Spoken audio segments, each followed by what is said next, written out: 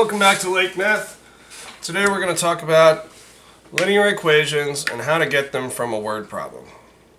So first we're going to talk about the variable. The variable is the thing that we don't know. If we knew what it was, we wouldn't need to use the variable, right? We stick a letter in there when we don't know what number it is. So the variable is the thing we don't know. That's the most important thing to remember. The variable is not one of the numbers. Not one of the numbers. So if you look in the word problem and it says 3, that's not the variable. That's a number.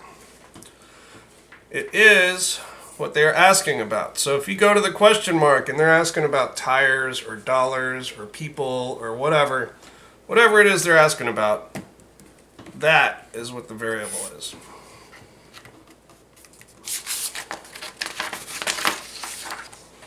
Now, slope is our rate of change. Usually it's going to be beside the words each, per, increasing, decreasing, something like that.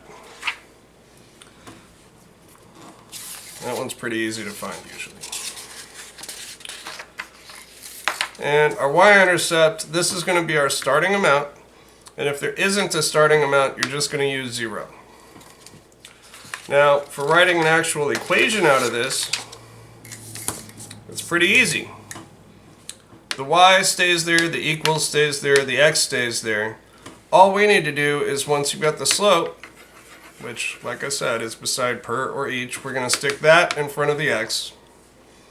If it's got a plus or a minus, that goes there. You don't have to write the plus, but if there's a negative, if it's decreasing, you need to put that. And our y-intercept is going to go here where the b is, so it just goes at the end by itself. And if it's positive or negative, that needs to be there too. And that's really all you need to do in order to get an equation out of a word problem.